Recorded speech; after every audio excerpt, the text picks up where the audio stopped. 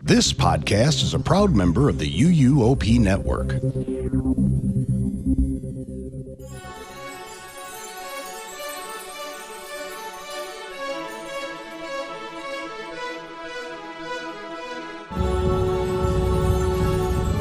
This is episode 686 of the unofficial Universal Orlando podcast for October 28th, 2025.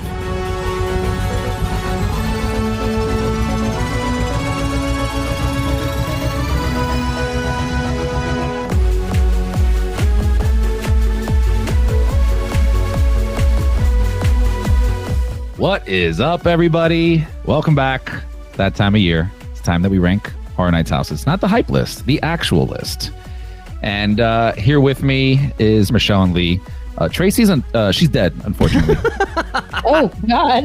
R.I.P. Trace. We love you.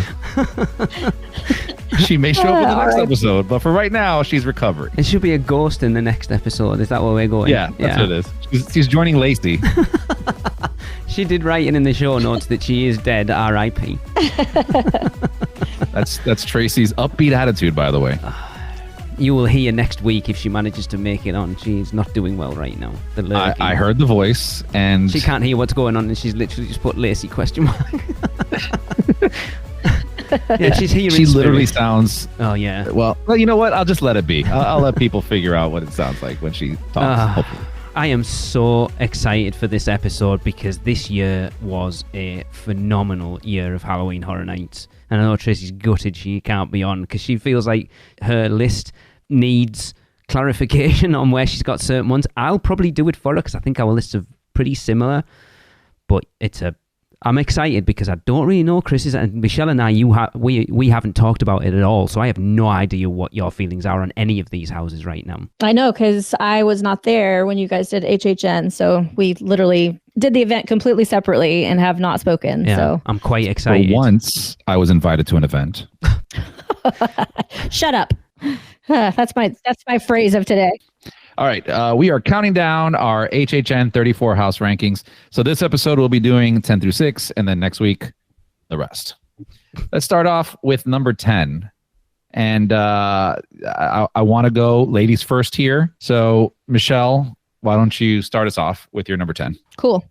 Yeah, number 10 is actually really easy for me this year, and that is Fallout. I know there's probably going to be a lot of people that are really upset by that ranking, but that's because I don't really know much about the show or the game. I have not played the game. I haven't watched playthroughs of the game.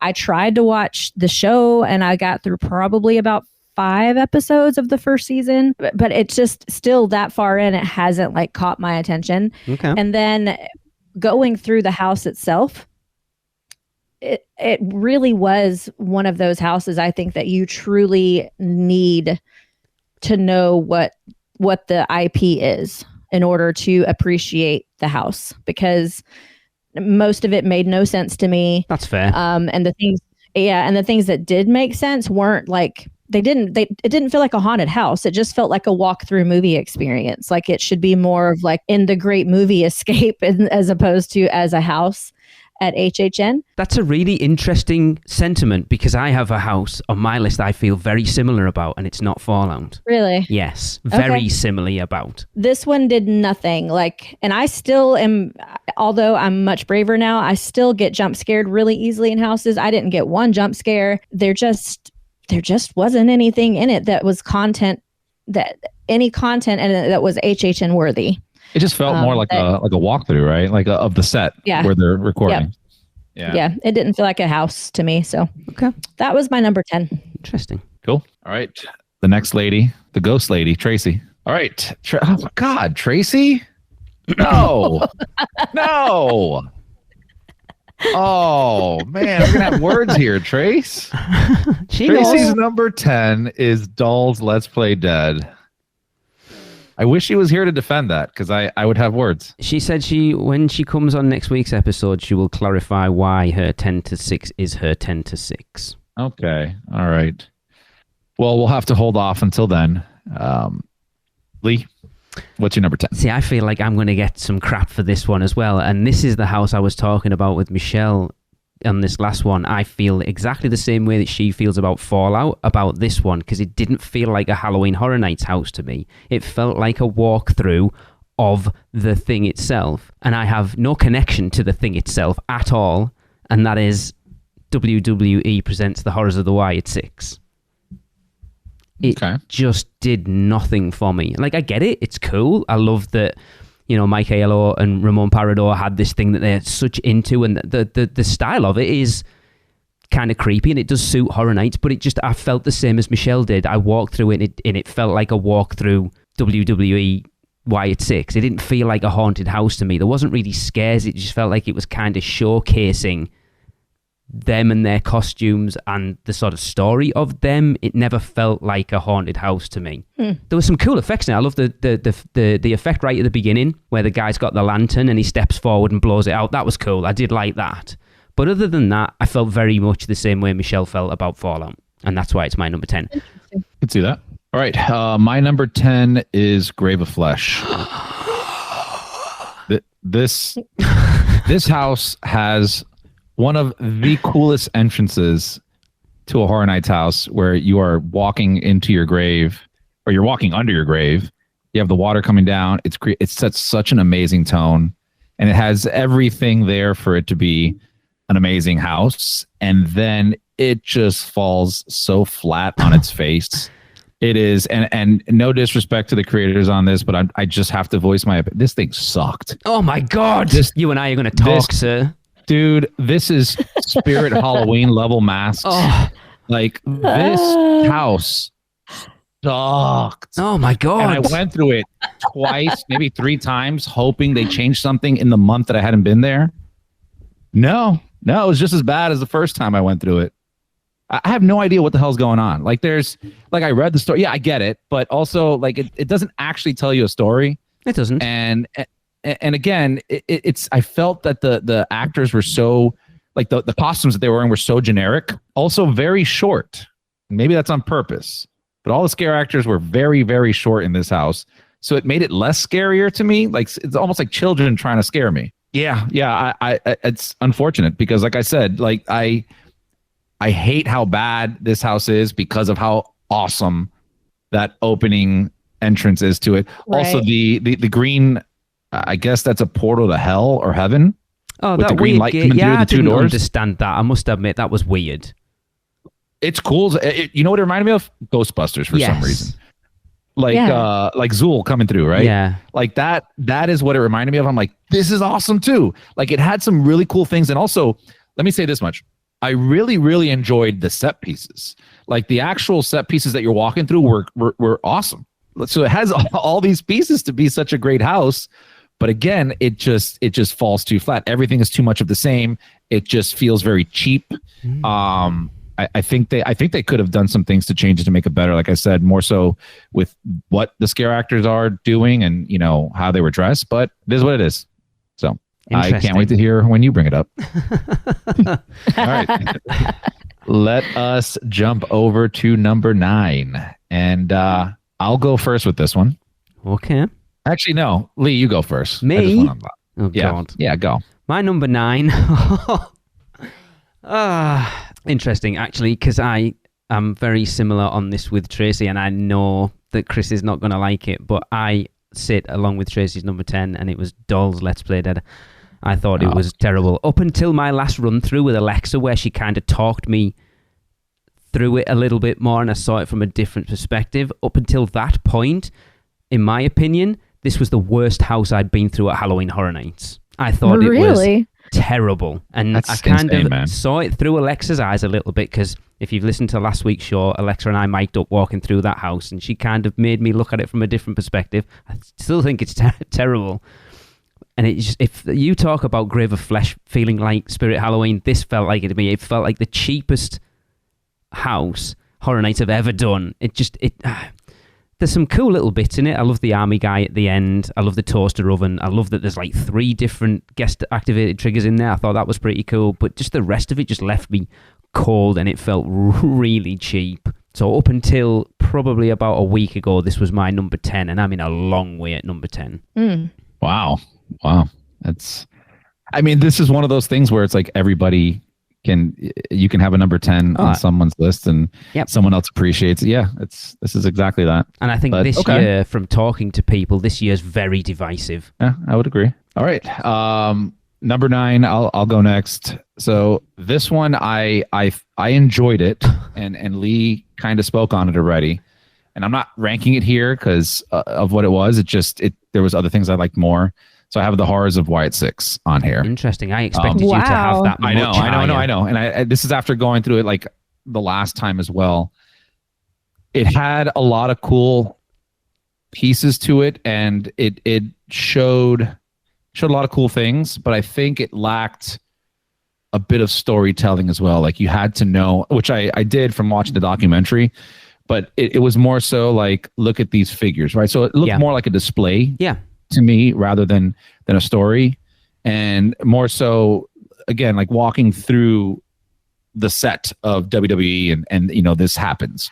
I don't like ranking it so low, but after the last run through we did, it was a great run through, but it just didn't really spark anything in me to go like, oh my god. But the first time going through it, I loved it. Like it was like seeing all those things, but I guess I just enjoyed a lot of other things more. It's that weird thing again. It's like we know the IP houses are aimed at super fans of those IP houses. And if you're not like this house, it was completely lost on me.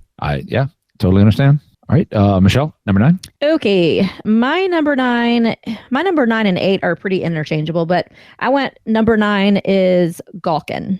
Wow. And let me preface it by saying I only was able to go through this house twice. Okay. And both times I feel like I didn't get a good run through. Like I don't know if they were short staffed but it was the beginning. I only went through this house at the beginning of the event. So I went through it during Premium Scream, and then I went through it the media night. On the media night. Yeah. And Chris, did we have a good run through? Or did you have a good run through that night?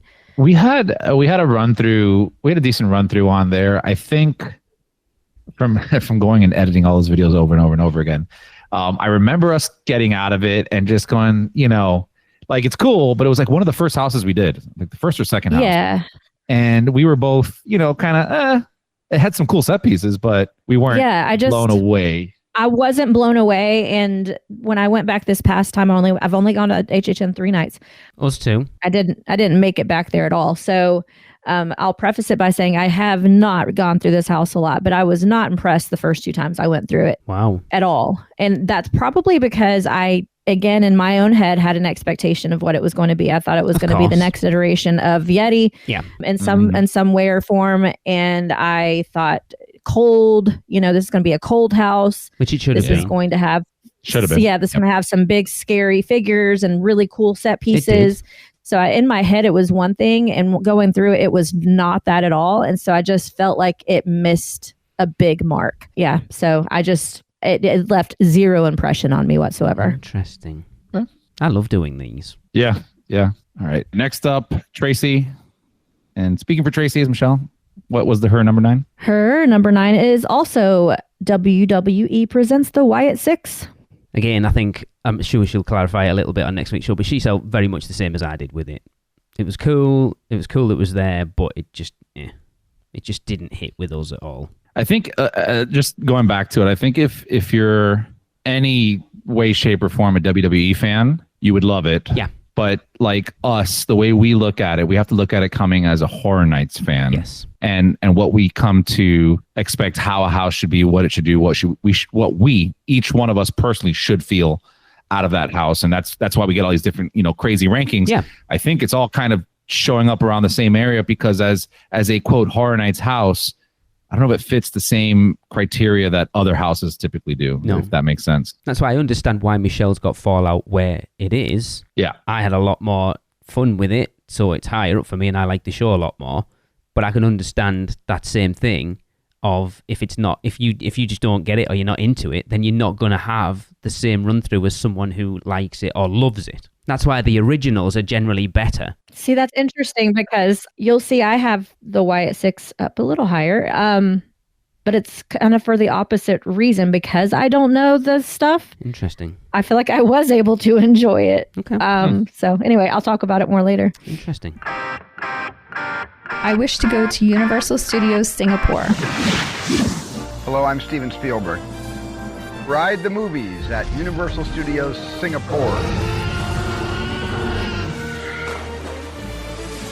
A spectacular destination for the people of the region and the people of the world. Where can our vacation wizards take you? Just tap the port key at portkeyvacations.com and let the magic begin. All right. I guess just keep on talking, Michelle. What's your number 8? My number 8, as I said before, is pretty interchangeable with my number 9, but my number 8 is Grave of Flesh. Good God, that was a terrible house. It was so bad. Oh my God, you people. It was so bad. And I went through that one 4 times, and it just did not hit.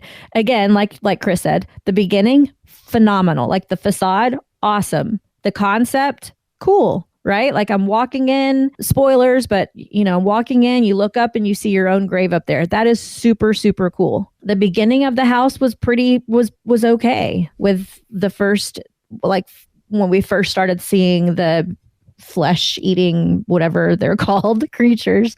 And like the atmosphere was pretty cool. And then all of a sudden it's almost like they either ran out of time or budget or something, because it was like cool. And then like I felt like I was in a totally different house all of a sudden. It just went super cheap, super sparse on the decorations, super sparse on the boo holes and the creative scares, confusing. Like the storyline completely got lost. And Chris and I, we were there for media, which is essentially an RIP tour. And we knew the backstory going in. Cool backstory. Mm-hmm. Even knowing the backstory, when we got to that part where there's like cement stairs and stuff, I was like, Chris, what's happening? Yeah, because I thought we died, right? Like we're underground, but then we're also kind of above ground near the stairs. Right. No, you're going to the afterlife at that point. What are these stairs to? The underworld, yes. But still, why am I taking stairs to that? I'm in the underworld already. Like we did that in the beginning. It's Gringotts. And You've got where to did climb the back stairs up. come from? Like it was all like very primal. Like the atmosphere was all very non-human at the beginning. And then there's these stairs that are obviously like very construction, like what's the word I'm looking for? Modern looking? I don't know. Exposed brick? Yeah, like cement. Industrial, that's the word. I was like, what's happening here? How did we go from like being underground in hell to now we're in these industrial looking stairs, and what the hell's going on? I was so confused, and it just didn't make sense anymore. So I will say, just because we're talking about it, forgot to mention, loved that rainbowy. Oh, the testicle. Whatever it was with the lights and the sound. I called it the testicle. Yes. That was amazing. And Horror Night or Universal, do more of that creative stuff. Like that was super cool. Love that. Yeah. Just other stuff needs to be fixed. I called it the testicle. Tracy said that she found an actual testicle in the wall around the corner from the glowing testicle. Oh, okay. Oh my God! Nice. It's so. This is what I love about these episodes, that you guys are. We'll get there. What, testicles? Okay. No. Or the house ranking. The house ranking. We'll get there. Okay. All right. What's Tracy's number 8? Tracy's number 8. Lee, why don't you tell us Tracy's number 8? I will. Tracy's number 8 was Jason Universe, and purely because of Jason's mother. We went through one house run, and the mother was brilliant. Every other one we've seen is kind of lackluster. She was awesome, and Tracy remembers nothing else about the rest of the house. Seriously, just one scare actor ruined the whole thing for her, huh? No, Jason's mother was the decent one. That's the reason it's 8 and not 10. Oh, what? Yes. Okay. Wow. Okay. Tracy and I have a very similar opinion on a lot of these houses, so when I get to where I've got it, I will probably say very much similar things to what she would say as well. But yes, Jason Universe. Okay. What about your number 8, Lee? My number 8. Oh, Michelle, batten down the hatches. My number 8 is Five Nights at Freddy's. Okay. I have no problem with that. Okay. Again, similar to what Michelle talked about with Fallout, and what I said or what we've all said about the Horrors of the White 6 at this point. I've watched the movie a couple of times. It was okay. I've never played any of the games, so I don't have a connection to it. I know the games are irrelevant because it's basically based on the movie, but again, it just didn't... I think there was too many kind of like jump out props rather than actual scare actors. Like the animatronics were cool. I love the beginning, the entrance scene in the foyer of the pizza place with the animatronics singing, and then it went dark and the eyes like squinted. So that was cool. But the rest of the house just, I don't know, it just didn't grab me. And again, it's that thing. I'm sure Michelle's going to talk about it. I am 100% sure that Chris had lost her ever-loving mind in that house. I have no doubt she did, yes. And that's what a lot of these are aimed at. And that's why, for me, it just didn't... It was cool, but because I have no real connection to Five Nights at Freddy's, it was okay. I get it. I appreciate that it was the most expensive house they've ever done, and the animatronics were cool. And it was like walking through Five Nights at Freddy's. But it's just, there's other things better... And just the fact that I don't really care about that franchise, quite honestly. That's fair. Okay. Number 8, I have Gulkin Monsters of the North. What? Again, going back to like what Michelle was talking about earlier, it was an okay house. There was some really cool set design pieces in there. Fire pit was awesome. Oh, the Wicker Man. Yeah, the Wicker Man. Yeah, that. Yeah, that was really cool. But I don't know. Like I guess I have just such high expectations now from the non-IP houses. So when it doesn't hit all the marks for me, and that's kind of like being able to, because they can really tell you whatever story they want, while you're there. And I felt like that was missing from that house as well. I just don't think it did it well. Does it need a story though? Really? Yes. I disagree. I think you still have a good house that doesn't have a story. If it has a story, it should. But look, okay. Let's say there is a story, which there is, right? I just feel the flow of the house is just doesn't attribute to that story, right? So like if we go back to just a quick comparison, let's say the Chupacabra house, right? I love that house. Amazing house. And what was that about?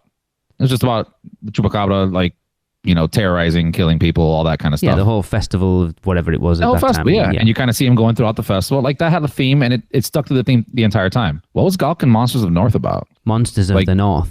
Yeah, but like then I saw random scaring me and like random pop outs, and that doesn't pertain to that. It's just more like, oh yeah, these are the people that live in the North. Yeah, but not in the same way. But it wasn't cohesive enough for me. On the RIP, what did they say? There was something about woman power. What was it? Are the creatures women, or was it the ones that were beating the creatures were women, or you need to bow down to the, what was it? Do you remember? Did we do the same RIP tour? I do not remember that. Yes, ADHD she said kicked something in at that about, point. I'll need to go back and look at my Meta Glasses yeah video. And to be fair, that was after we sat through 2 hours of an open bar. So please forgive me. I did not drink, so I should remember as much. Yes, you are correct. Yeah, I don't know. It just didn't really hit for me. Interesting. If it was cold, it would have been higher on the list. I'll tell you that much. But then the North doesn't necessarily mean cold. That's what we all expected. But the artwork showed him in like the snow. Yeah.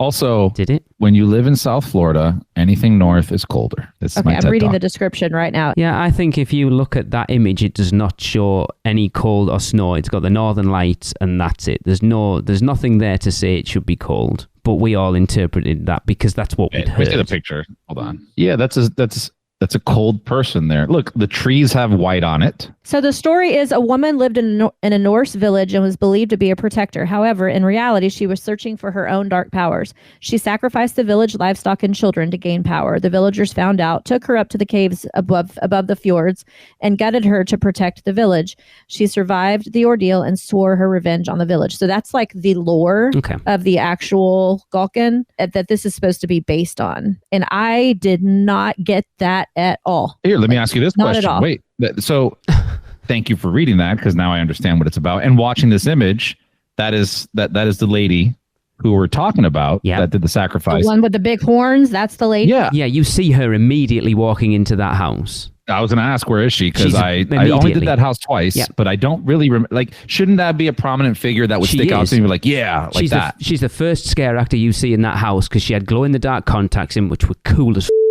She's the first scare actor you see in that house. Did we see that, Michelle? Like, I don't remember that at all. I had to go back to my video. I'm going to go back to my video to see if that's there. On like on a stage. But wasn't that in the end? No, you see her literally. She's the first person you see walking into that house. In the beginning? Yeah. Interesting. Okay. All right. Well, that's... I don't know. Made no sense. I got it in a braid. I guess maybe I just had a bad run through, but yeah, it just didn't stick for me. Yeah. I mean, that's fair. Yeah. I mean, somebody put dolls at the bottom. Because it was. So that's, I'm gonna censor that out. All right, number 7. I'm gonna start off with Tracy. Okay. Tracy's number 7 is Five Nights at Freddy's. Okay, her reasoning is love the animatronics, no emotional connection. Same as we said. Makes sense. Same as I Fair said. enough. Yeah. Yeah, I don't think that's normally a big issue for the houses, the IP houses, a lot of the time, because they're generally IPs that you kind of know, which is what surprises me about Jason this year specifically, because we'll get onto that at some point. But I think they're starting to do these really niche IPs now that have a really hard fan base, and if you're into it, you're into it, and if you're not, you're not. And I feel like this year's very much that. Yeah. Yeah, I would not call this a niche, though. It is. If you're not into it, you're not into it. There's a crazy No, fandom. dude. Niche would insinuate that it's a small, hardcore group. And I feel, again, we're showing our age as a podcast, by the way. But Yeah. This demographic, it is fucking huge. 10-year-olds. Like, it goes up. No, because kids grew up playing this and they're teenagers and adult. All right, so 13-year-olds then. Hey, I There's saw enough just as many adults walking around cosplaying these things. That's my God. probably more so than I did kids. What was the wait time for this house? Anybody? Because of all the kids. Good God. Does it matter? So that doesn't, but it's not niche. It's not. literally You know what a I mean. giant Definitely group Maybe of niche people. popular. was the wrong word, but you know what I mean. I feel like the fan bases for a lot of the IPs this year, you either like them or you don't. Yeah. Would you have considered Last of Us a niche category? If the TV show wasn't out, yes. There was a I movie think out for just this. about any. I think just about any IP fits that though, because either you love the IP or you don't love the IP, or you don't, or you're indifferent. Like No, because I think if you're talking about horror stuff, like you look at like Scream and Freddy and Jason and Leatherface and stuff like that, whether you like them specifically or not, you still, as a horror fan, appreciate who they are. And we're starting to get into those like Stranger Things, FNAF, Fallout, Ghostbusters, stuff that isn't necessarily Halloween Horror Nights stuff, but that's where we're going because we're having to broaden our scope. The a little Weeknd. bit. Yeah, very much. yeah, Which, to be fair, I think is awesome. Yeah, yeah. I love that they're starting to not starting, but have started and I agree. are still continuing to reach out to these different things. Look, I had Horrors of White 6 down to number 9. That's not me saying I don't wish it was there. No. I think that's really cool that they went into wrestling. Yeah. And now going forward, when we talk about future years and we start doing our rumor mill, speculations, all that kind of stuff, when it was a few years back and The Weeknd came up, we were like, how the hell are you going to do that? Exactly. Now I think you can basically throw anything against the wall. Yeah. And then just, instead of being hesitant, now you're just going to speculate, how are they going to do that? It's interesting. We talk about horror franchises that there's already rumors out for next year. And it's funny, one that Tracy and I are already 3 movies into the 10 movie run of a certain franchise. And we're 3 in and gone, these are terrible. Hellraiser's apparently rumored for next year at this point. I used to love those movies, and we're 3 in and we're like, oh, these aren't as good as I remember them being. Yeah, I mean, the horror back in the 80s was different. To be fair, though, as a Horror Nights house, just the iconography of those movies could be amazing. Oh, yeah. I mean, it's hell, right? Yeah. Just having Pinhead as a character at the event is something like we talked about it. Like, I don't understand why it's not been a thing before. Yeah. And Pinhead's such a unique... Yeah. Pinhead's one of those characters where I guarantee you 7 or 8 out of 10 people can look at that image of Pinhead and go, I've seen that. I know that. And have never seen the movies or even know where it's from. Probably. Yeah. All right. Next up, I'll go. My number 7 is Jason. Interesting. Yeah. And when we get to the other ones, I'll explain why things are where they are. But for me, I'll be honest with you, I had Jason almost at the bottom of my list. Did it, a handful of times this year. We didn't go as many times as we have in the past. But the last 2 run-throughs that we did of Jason, they were good. Like the first run through, we had a good run through, I think, Michelle, on media night. But I just was, I'm kind of over Jason. It's just Jason after Jason after Jason after Jason. And I kind of appreciated it more after the fact, even though it's not super creative as to how they did it, right? Because it's literally just, boom, boom, boom, boom, boom down the hallway of death. But I can appreciate that, and I got more of a thrill out of that than I did other houses, and that thrill kind of bumped it up a little bit. I also really do like that outside car scene with the mother. I thought that was really cool and a great way to transition from like one area to another. It was the best use of that space. So good. Yes. So good. Yeah, I'll agree with that. Yeah. Yep. So that is my number 7. Lee, what is your 7? My number 7 is also a Jason universe for a similar reason. It's like Jason isn't a horror character that I was ever into. It was always Freddy for me. And I think it's funny because when this got announced and what we heard it was going to be, I was like, oh, this sounds like it's going to be the Jason version of the Insidious house that we had last year. And I was gutted we didn't get to see that. But Chris has kind of hit the nail on the head with that compared to Insidious, because everyone said Insidious was the best house last year, but it had different characters in it. So you had enough of like very similar vibe to this, of that corridor of death, but it was different characters popping out. It wasn't just Jason. And even though in this, I thought it was pretty cool that final run was like every iteration of Jason, although I will say I was very disappointed that Space Jason was not there, because he's the best one. Like devastated that he was not there. You know, we watched all 12 movies going into this year and they're terrible. So just, again, it's that thing of not having a connection to Friday the 13th. I appreciate for what it is. I agree. It's the best use of that space that we've been through. Again, shout out to what Tracy said, the mother, and that, I think it was like our second or third run through outside the cabin, which is like, those children were making love while that boy drowned. She was brilliant. But other than that, it was a generic Halloween Horror Nights house that you could have put anybody but Jason in there and it would have been the same. So, number 7. All right, Michelle? My number 7 is Five Nights at Freddy's, along with Tracy. Wow. Yeah, I like the IP just because Krista likes the IP, so I like to see her excited. And she was. Yes, oh my God. She got so excited and she was like totally fangirling throughout the whole thing and just loved it all, which is I love to see. For me personally though, it was cool. Like the amount of, I'm sure, money and effort and time they put into those animatronics was incredible. Like, for sure, never before been done for HHN, that level of investment, I would say. As I say, it's the most, from what I've heard, it's the most expensive house they've ever done. For sure. And those animatronics have to be going somewhere else after this. Like, surely they didn't just make these animatronics only for HHN. So intrigued to see where those things go in the future, but incredible. Like, the animatronics were incredible. The way that they built out the sets, incredible. So kudos in that. However, it was not at all, I keep saying this, scary. I mean, yeah, that's not all that Halloween Horror Nights is about, but for me, it's a big part of it because I like the adrenaline rush. Mm-hmm.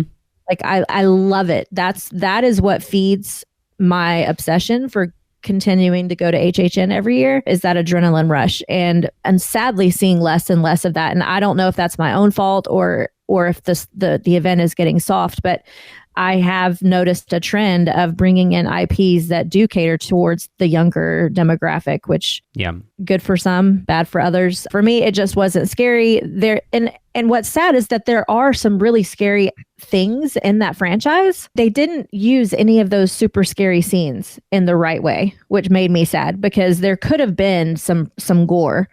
Yeah, but I'm guessing it's because it was children. But although they were killing children in other houses, not this year, but before. Yeah, you're right with children, as long as it's not animals. If you bring an IP that you're killing children, you have to kill children.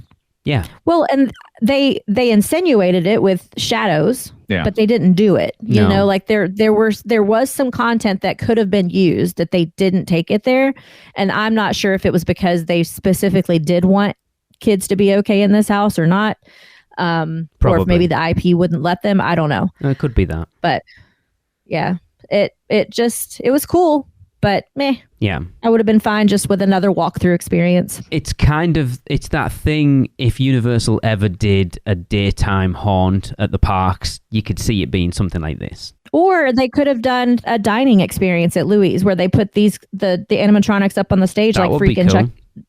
And done a Freddy's. Instead of just putting Five Nights at Freddy's photo up on the back wall and that's it. That's you're done.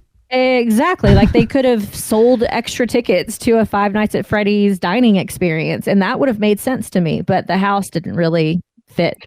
That would be pretty cool, actually. Yeah, scare actor dining and do it in there would have been perfect. I think the house is, and this is just literally my own opinion, it's Universal's way to bring in, like you said, that younger crowd, that younger demographic, and get them accustomed to Horror Nights. It's that next generation. You're bringing that next generation of Horror Nights fans in. Yeah, absolutely. And you can't blame them for that. I mean, I will, but you know what I mean. No, but you're right. No, you can't, right? Like, No. I don't want kids around. I don't want, younger people. It sounds so weird saying. There was a lot of kids there this year. Yeah, well, there's been that kind of, we've seen that kind of happening more and more every year. And then bringing in this IP, of course, you're going to have that, right? Because this is a huge IP, but it makes total sense for them to do that, right? Yep. This is their Happy Meal. Mm-hmm. Here's your Happy Meal, kids. Yep. Wait till you're a big kid. Yeah. Also, Lee, did you ever think you'd hear Michelle say that Horror Nights is getting soft? I remember going through Yeti with Michelle, and there's no way that Michelle's the same Michelle that sat on this podcast with me right now. See, and that's the thing. So, in your opinion, is the event getting soft, or am I getting braver? I think it's probably a bit of both, honestly, Michelle, because you're you just have getting got hard. braver. Okay. You have got used to it a lot more than you used to be. I will say I got far more scares this year than I have in any previous year, and I literally. Really? Chris and I will counter that by saying we saw Tracy get an actual jump. I was about to say that. She we'll get her to talk about when she comes on next week. That she jumped 2 feet to the right scare in broad daylight in Springfield. I have never in my life seen this. It ever. was And hilarious. It was amazing to see, like Tracy jumping. And yes, I do want to talk about this, but we'll wait for next week. Yeah, it was brilliant. Honestly, Michelle, you'd have been crying. It was perfect. That's awesome. UUOP is brought to you by the Producers Club. Join today and get bonus episodes, the chance to be a guest host, birthday shoutouts on air, be part of our awesome Facebook community, and more. Head over to uuop.supercast.com to subscribe. Shameless plug. All right. Number 6, I will start it off. I have Fallout at number 6. Interesting. Now, my number 6 and my number 5, which we'll talk about next week, they're two very weird selections to have so high on the list, and I'll explain why I have it. But for Fallout, right? So I had to watch the show, or we watched the show, and like Michelle, I said this, right? We finished it, but it was kind of a hard watch. Really? I didn't actually like it. I Interesting. just kind of stuck to it. I think 3 episodes in, Alexa can watch. Let me rephrase this. Alexa has watched everything. And by everything, I mean, like, she's gotten a warning from Netflix saying, we've run out of content for you to watch. Come back in a week. Are you kidding? No. Yeah, I am messing around, dude. I was Yes. going to say, I didn't even think that was possible. But so she watches everything and anything. And we watched this, and she was a few episodes in, and she was going to quit. I had to push her, and not like me going, come on, this is really good. I'm like, come on, let's just finish this. And which is unfortunate. I may watch season 2, but we had to watch it to try to get into this house. Of course. And the house itself, it wasn't very thrilling or scary.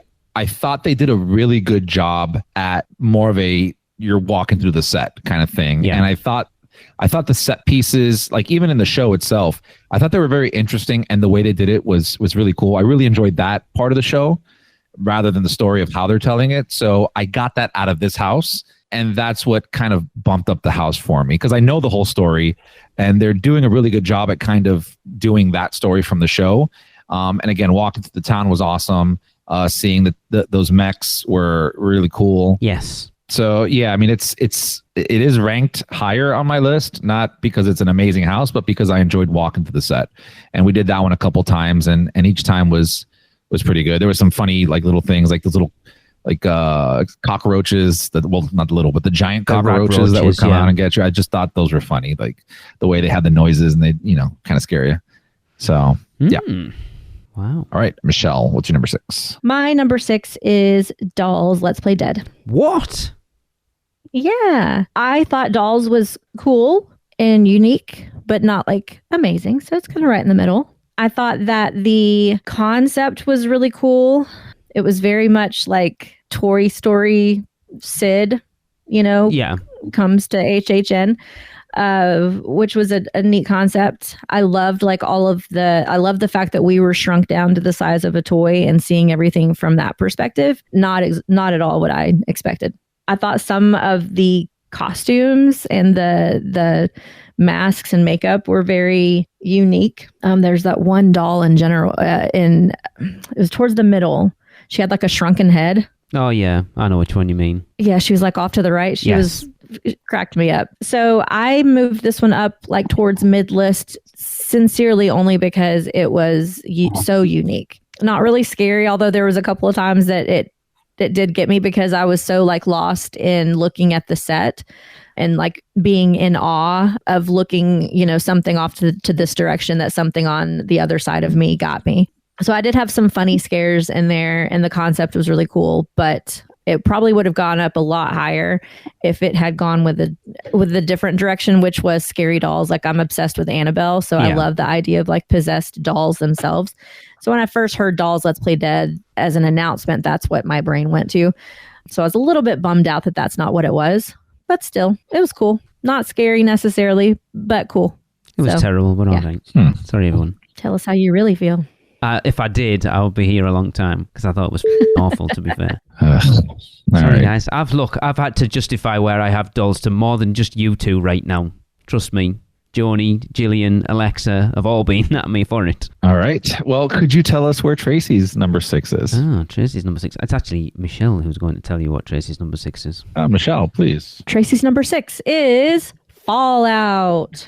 Interesting. It's on the same page as you. Yeah, because we're the same person. I'll wait for her to comment on it for next week if she wants to. Okay. But I totally agree with you, Tracy. Yeah.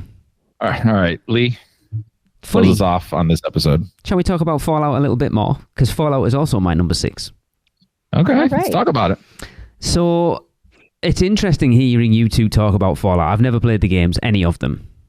So I have no connection to the games whatsoever. We watched the TV show when it came out, and I thought it was okay. And then when it got announced for Horror Nights, I was like, I feel like we need to watch it again. She's like, I'm not bothered about watching it again. So I was like, all right. So I watched it again at work and enjoyed it more second time round. And then she's like, maybe we should watch it. So then we watched it again. So I've seen it 3 times at this point. Jeez. Do you have the Netflix achievement too?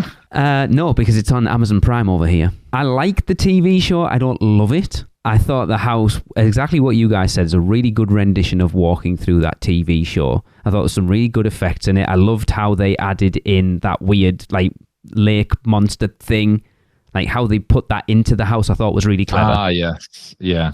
Forgot about that. I love the corridor of the like zombie guys in the like refrigerators. I thought was pretty cool, which those fridges were straight out of The Last of Us, by the way. I thought exiting the vault and going out into the wasteland I thought was really cool. My favourite section in that whole house was Philly. I thought was perfect. I had quite a bit of interaction. There's a guy looking for teeth in there. I had quite an interaction with him one run through. It wasn't scary or whatever. I just thought it was a really good house that just kind of hit me in the right place. I thought the ghoul was great. The mech suits were great. It was exactly what I would have expected from a Fallout house. So it just hit right. But there's 5 much better than it, which is why it is my number 6. Okay. I would agree with all those points. Me too. All right. Damn, we got to 6 quick. So that is, I guess it's going to wrap up. Anything else you guys want to add on these that we went through so far?